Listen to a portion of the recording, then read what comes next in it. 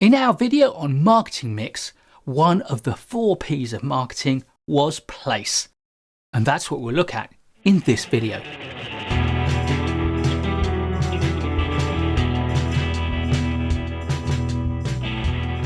Place is about where your customers can go to buy your products or services. And these days, it's about far more than just where physically they can go, whether it's on the high street, whether it's uptown, whether it's out of town. It's also about things like the use of mail order, purchasing on the web, or digital delivery of technology services. When you're considering which of these channels to use, or indeed which mix of channels to use, there are 2 primary considerations that you will have in mind. One is the convenience to your customer, which is crucial because the more convenient it is for them, the more likely it is that they will buy.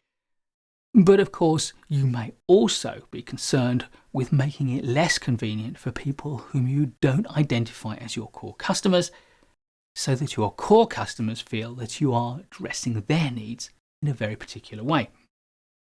The second consideration, of course, is the cost.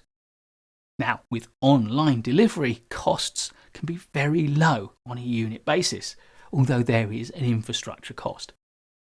If we're looking at bricks and mortar as a channel for delivery, that increases the cost massively. And not only do you have to host the products and services in a shop, a store, or an office, you also need to deliver them to that shop or store or office. If they are physical products, you have to get them there. And so there's the whole cost of logistics to take into account when thinking about the cost of delivery. And the challenge, of course, is that sometimes these 2 things will conflict. It may be that the more convenient option for your customers is more expensive for you. That therefore increases the price to your customers or reduces your profit level.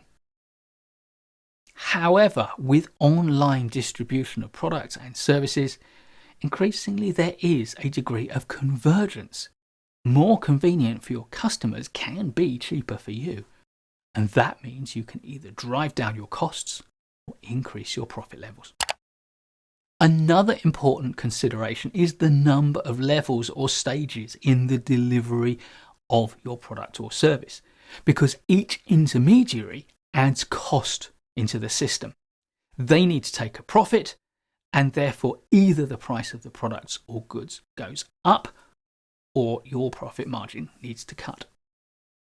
Different stages in the distribution process, however, can do one of 2 things. It can either dilute the marketing message, or it can actually add value to the delivery of your product or services to the end consumer. Some distribution partners are known as value-added resellers for a reason. They add value. So the decision of whether you're going to sell directly to your customer or whether you're going to go through a system of distributors, wholesalers, retailers, or value-added resellers is fundamentally an important marketing decision. And of course, some producers opt for vertical integration. That is, they either partner closely with their whole distribution chain, or they acquire the capability to put together the whole distribution chain for themselves. Sometimes they do this by buying the companies and having them associated with their holding company. Sometimes they build them into their own company and add it to their core competence. And of course, modern e-commerce technologies make it easier than ever for organizations to sell direct to their customers. They can either build their own online platform, or they can use existing online platforms that they tailor to their own need, purchasing access to them as a software as a service contract, SaaS. Many consumers will be familiar with many of the software as a service platforms that small sellers use, platforms like Etsy or Gumroad or Sellfy. And of course, your choice of distribution intermediary is a marketing message in itself. Think about the retail industry. some goods will only ever sell through the highest quality retailers that have a cachet. Think about premium goods like Maserati vehicles, Rolex watches, or designer clothing. They would never be seen in your neighborhood drugstore or in a big supermarket. Economy brands, on the other hand, are happy to place their products in a wider range of stores. However, the high prestige stores would never think of stocking those products alongside the premium products that almost pay to be placed on their shop floor.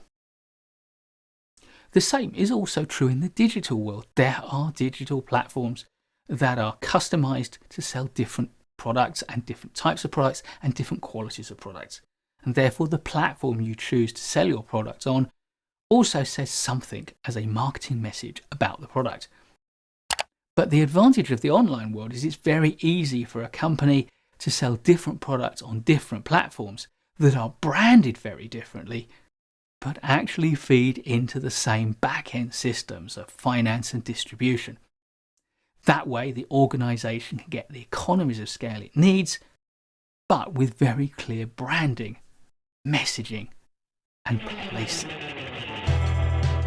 Please do like this video if you've enjoyed it and learned from it. There'll be loads more great management courses content, so please do subscribe to the channel and hit the notification bell so you don't miss any of it. I'll look forward to seeing you in the next video, and in the meantime, keep learning.